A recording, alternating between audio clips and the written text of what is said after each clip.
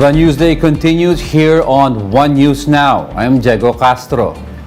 For the first time since the start of the pandemic, more than 180 Army, Navy, and Air Force commanders gathered in Camp Aguinaldo, where Defense Chief Carlito Galvez Jr. denied reports of unrest within the military. Galvez made a statement at a command conference led by Defense Chief himself and AFP Chief of Staff Andres Centino. The command conference comes amid rumors of destabilization and conflict among the ranks in the military following the sudden change in leadership. Galvez also said the military was intact and that its officials committed to serving the Marcos administration. We would like to announce that the AAP and the DND are together to ensure the success of the Marcos administration.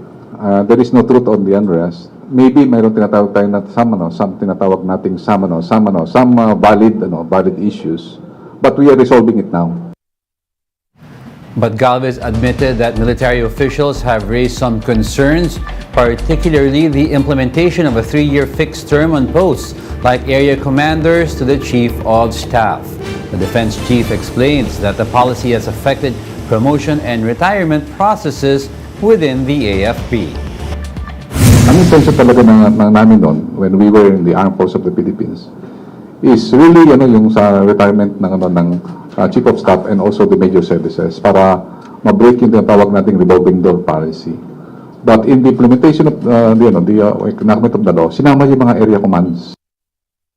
President Bongbong Marcos will pitch the Maharlika Investment Fund to the world stage. The proposed sovereign wealth fund will be soft-launched by the President during his attendance at the World Economic Forum in Davos, Switzerland from January 15th to January 20th. Department of Foreign Affairs Under Secretary Carlos Soreta says the WEF serves as a great venue to present the Maharlika Investment Fund.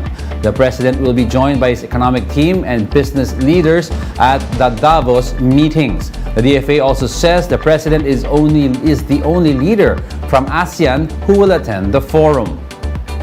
It's really more a soft launch. It's to introduce it. The broad strokes of it, the President has a very, very good grasp of what he wants to achieve, whatever form the Sovereign Wealth Fund finally takes.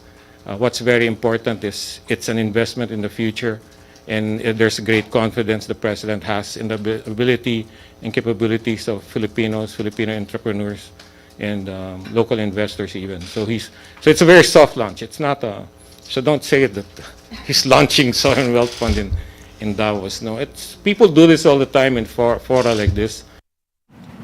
But will the issue on the Swiss accounts of the Marcos family be revived during the President's trip to Davos next week? The DFA says that's unlikely to happen. Meron po tayong malino na framework for legal cooperation with Switzerland. Nag-negotiate po tayo ng mga agreements for cooperation on legal matters, including even yung mga matters that may relate to this issue. None of those mechanisms have been triggered by the Swiss government or anything. So we don't expect anything. I don't think it's an issue. In other news, the Bureau of Customs has seized 153 million pesos worth of smuggled onions. The BOC discovered the items in 7 containers at the Manila International Container Port. The shipments were originally declared as fish balls under Sister Consumer Goods Trading. The Bureau said the consignee is expected to face criminal charges in relation to smuggling. Meanwhile, Kadiwa stores will temporarily stop selling cheaper onions starting today. The Agriculture Department explained that its agreement with the supplier has already ended. The agency assured the public, though, that it is now working to secure the second cycle of onion supply.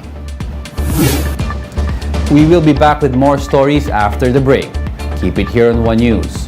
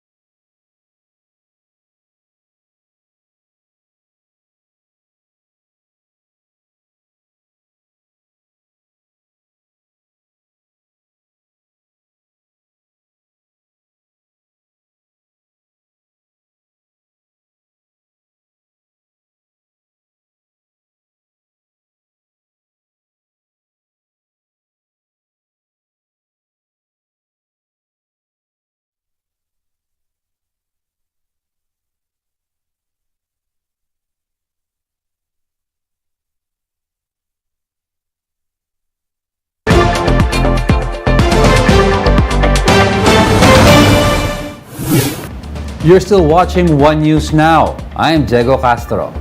The Budget Department has approved 1.28 billion peso funding for the Libreng Sakay program. This was confirmed by LTFRB Chairman Attorney Teofilo Guadis III during a press conference.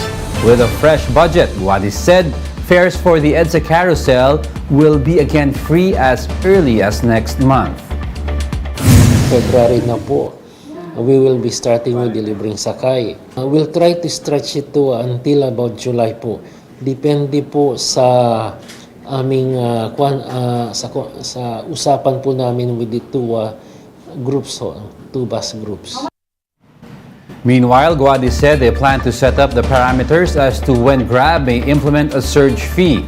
Commuters and transport groups have slammed the TNVS company for collecting additional fares.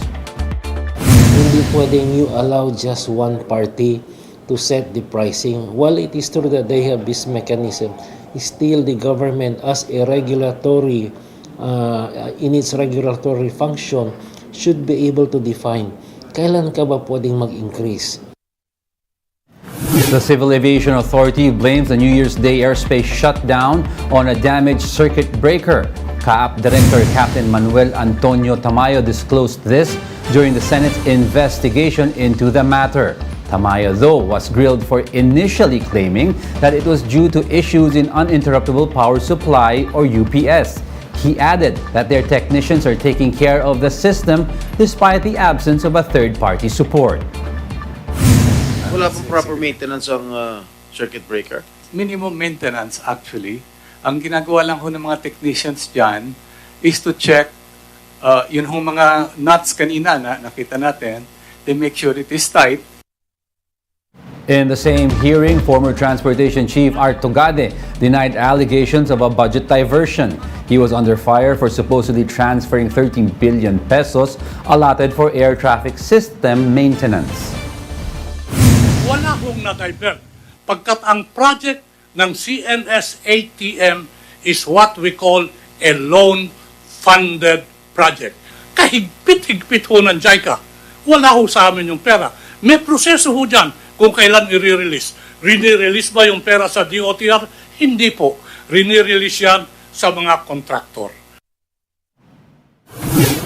And those are the top stories of the hour. Join us again at 9:45 a.m. as we continue to monitor the day's biggest stories. You can also catch One News on Signal Play. Register an account now at signalplay.com.ph so you can stream One News live anytime, anywhere. I am Diego Castro. We are One News. All sides, all the time.